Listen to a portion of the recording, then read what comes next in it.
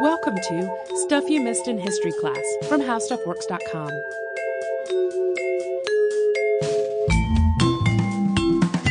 Hello and welcome to the podcast. I am Tracy V. Wilson. And I'm Holly Fry. And today's podcast is inspired by Miss Fisher's murder mystery. I love that show, and I love those books. And a couple of the recurring characters, Bert and Cess, met while fighting at Gallipoli in World War I. And the books are set in Australia, and a couple of them that I've read so far have Australian soldiers' experiences at Gallipoli as a recurring theme. So here are some things that I knew about Gallipoli before researching this episode. The first was it was a battle. A campaign, really. There were several battles within it. I also knew it was in World War I.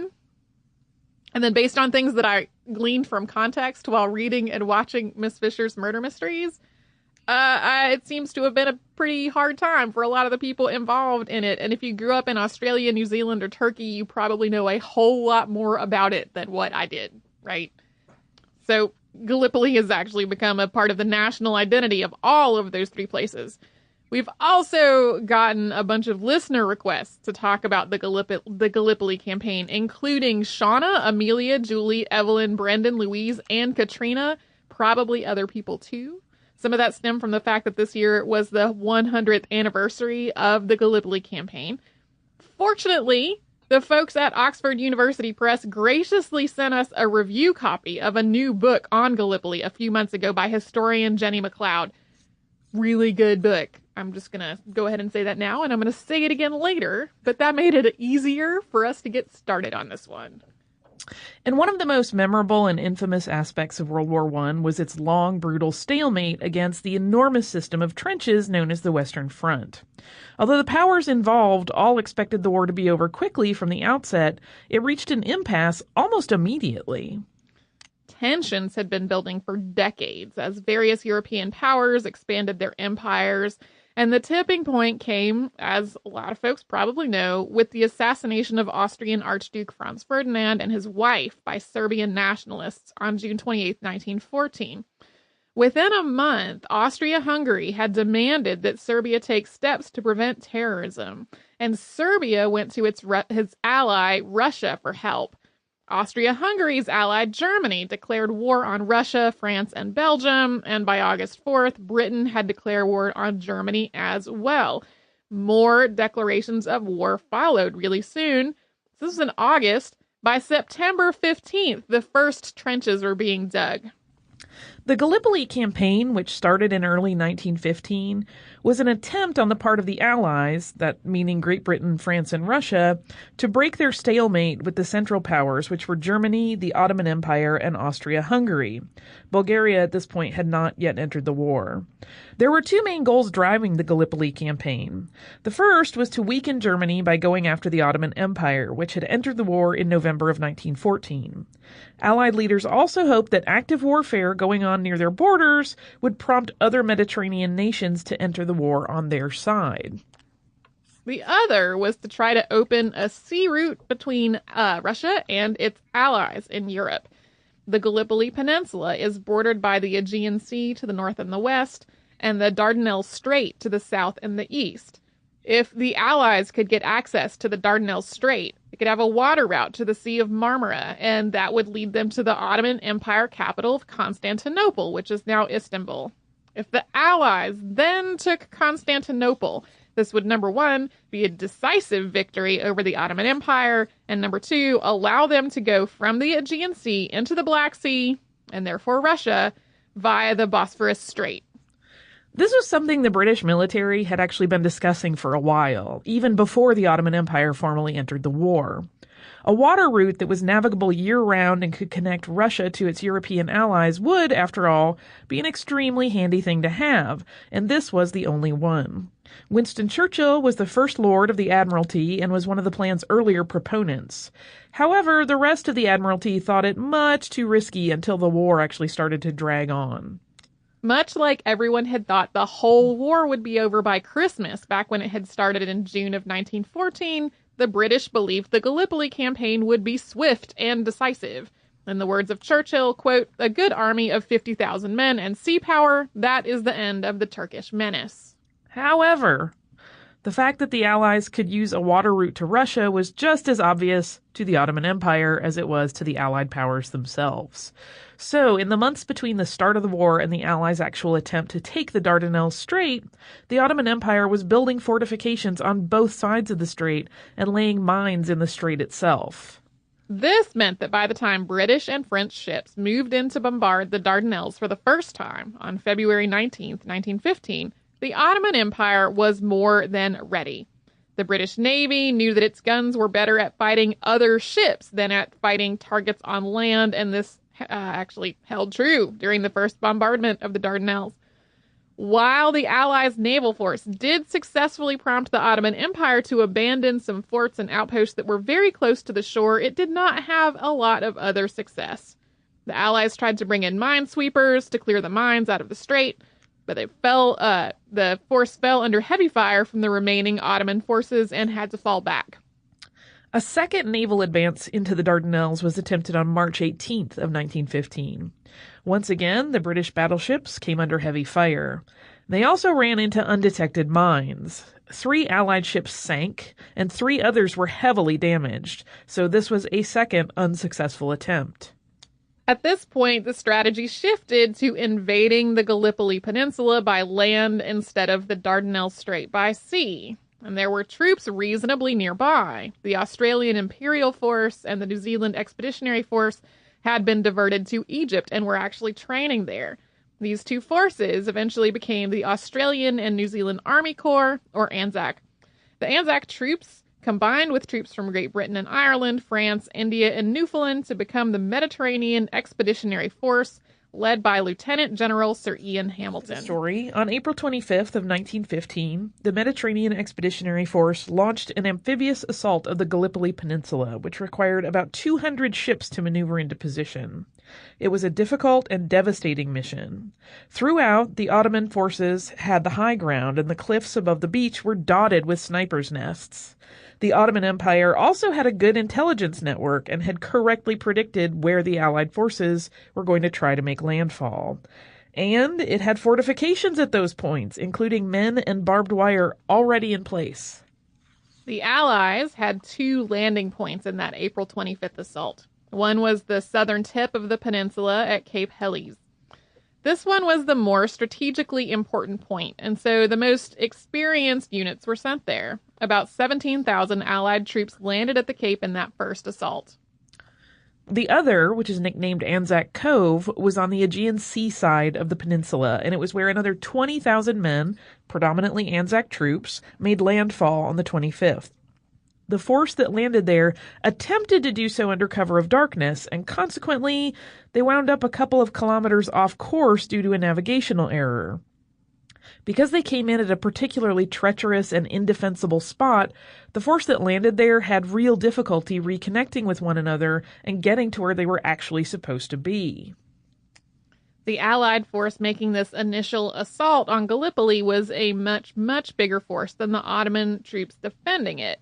The Allies outnumbered the Ottomans almost 2-1 in that first piece of the campaign.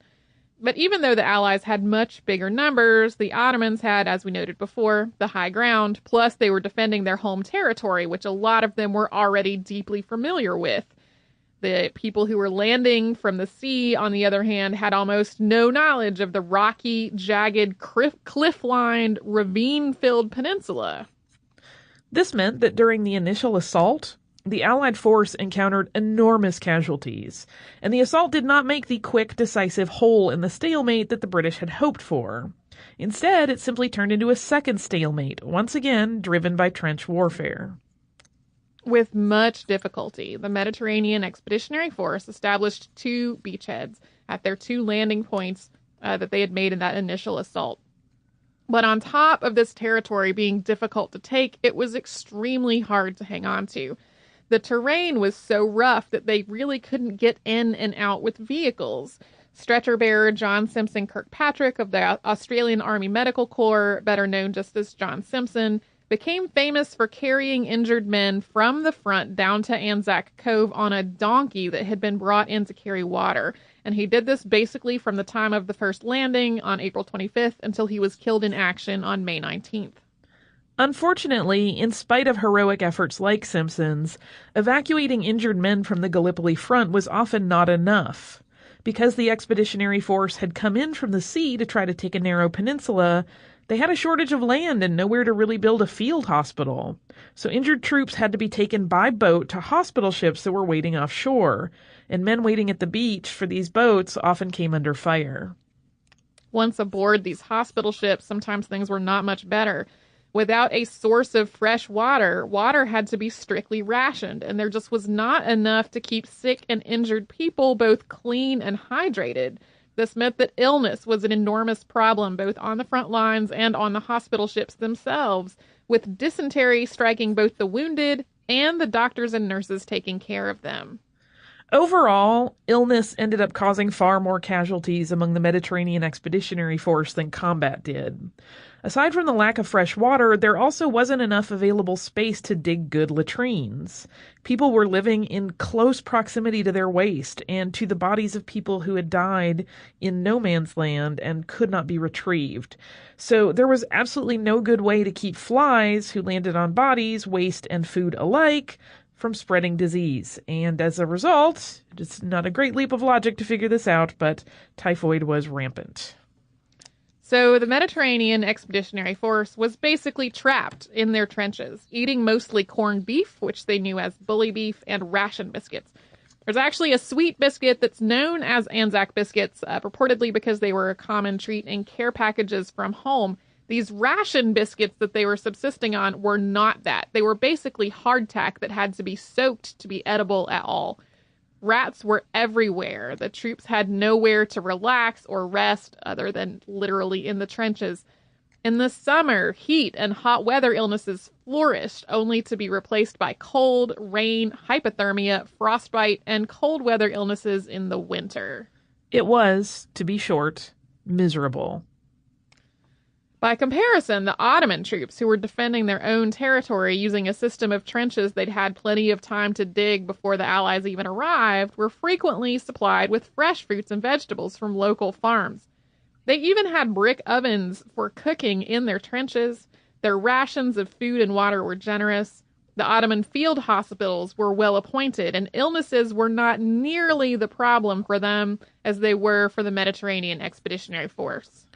Throughout the Allied occupation of Gallipoli, there were repeated attempts by the Allies to take the high ground and by the Ottoman force to drive the Allies out. One of the most horrific came on May 19th of 1915 when an enormous Ottoman force made a direct assault on Anzac Cove, which, though fierce, did not break through the Anzac line. There were, however, 628 Anzac casualties. On the Ottoman side, there were about 10,000 casualties, with 3,500 dead. The worst, that's awful. But to make things worse, many of the dead were left in no man's land between the two trenches, and it was May, and it was hot. And these bodies were left there until May 24th. When the two forces arranged a temporary ceasefire to bury them. After this point, attitudes among many Anzacs shifted when it came to their Ottoman adversaries. Previously, the prevailing perception was that the Ottomans were brutal and savage. Think of those propaganda posters that really dehumanized the enemy. But particularly after the experience of both armies simultaneously burying the bodies of their fallen compatriots, who had all been lying dead in no man's land for almost a week, they instead began to feel some sympathy.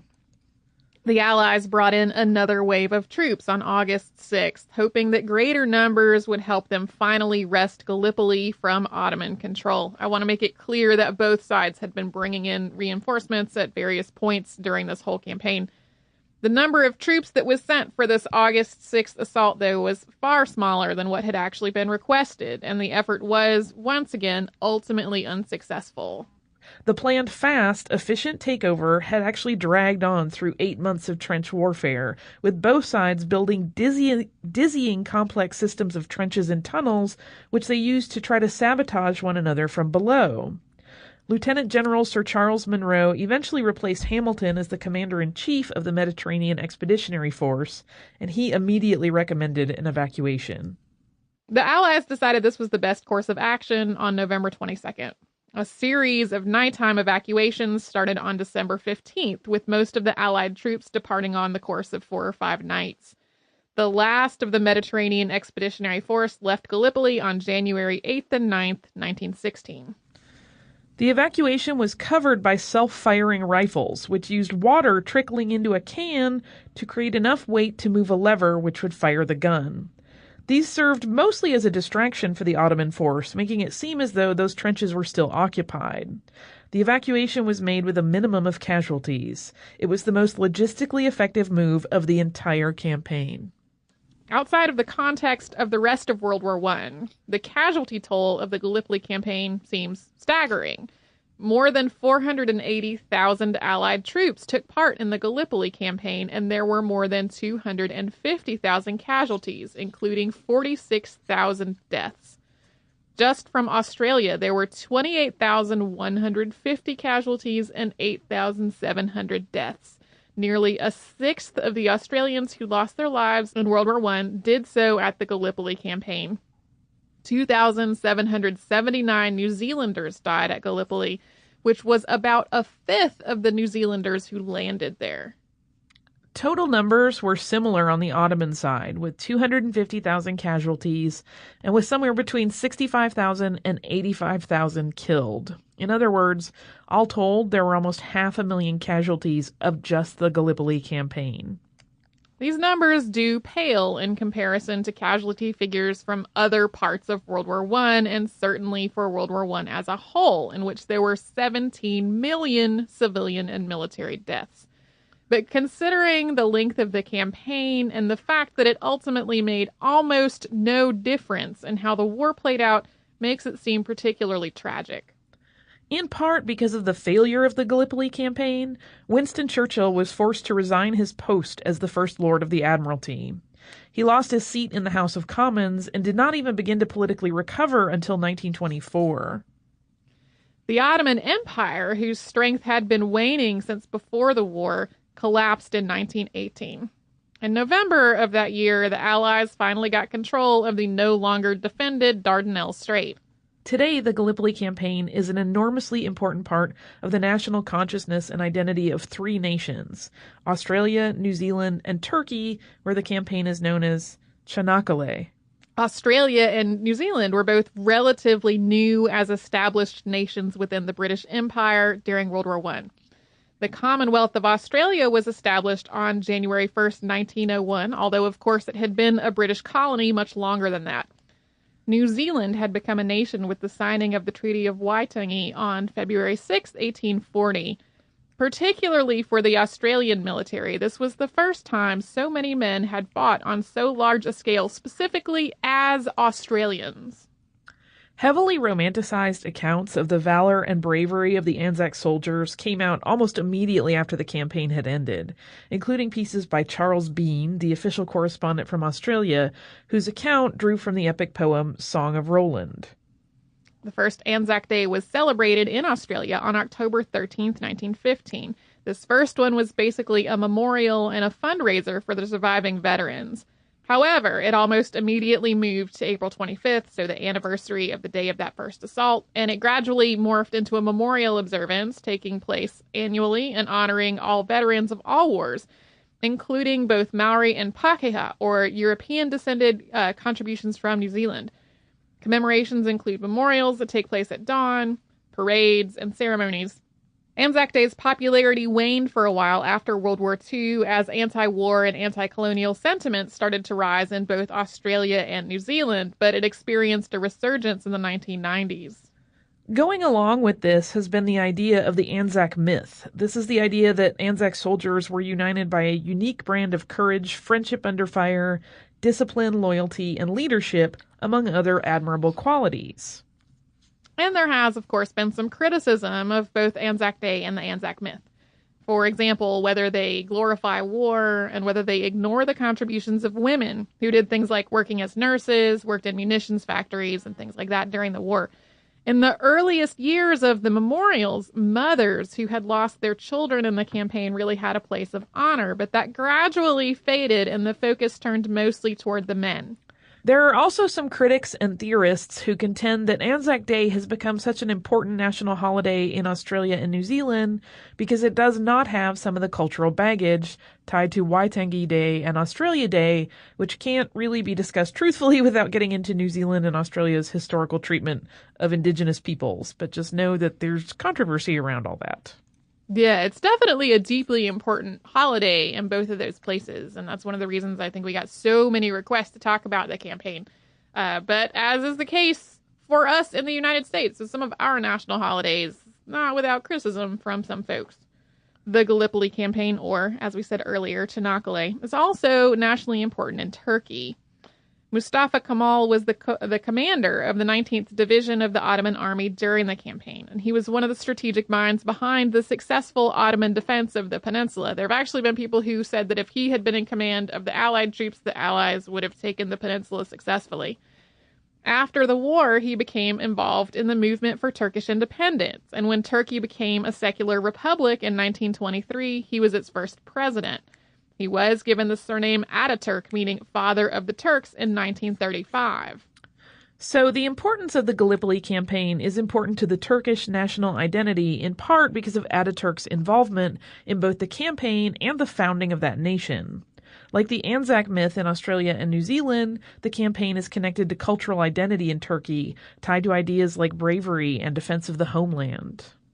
However, Anzac Day in Turkey has also had, to a lot of people's minds, a more specifically nefarious quality than in other nations. Turkey has been widely criticized for its refusal to acknowledge a mass deportation and massacre of Armenians by the Ottoman Empire, which many other nations have agreed was a genocide. A lot of people have asked us to do a podcast on the Armenian genocide, and I want to be clear, it is on the list. It will probably be a while before we can get to it, though. Focusing on the Gallipoli campaign, which only started a day after these mass deportations and massacres started, sort of take some of the attention away from an anniversary that Turkey doesn't really want to talk about. As we said at the top of the show, the 100th anniversary of the campaign was this year, and memorials took place at Anzac Cove in what is now Turkey, with most of the demand for tickets coming for Australia and New Zealand.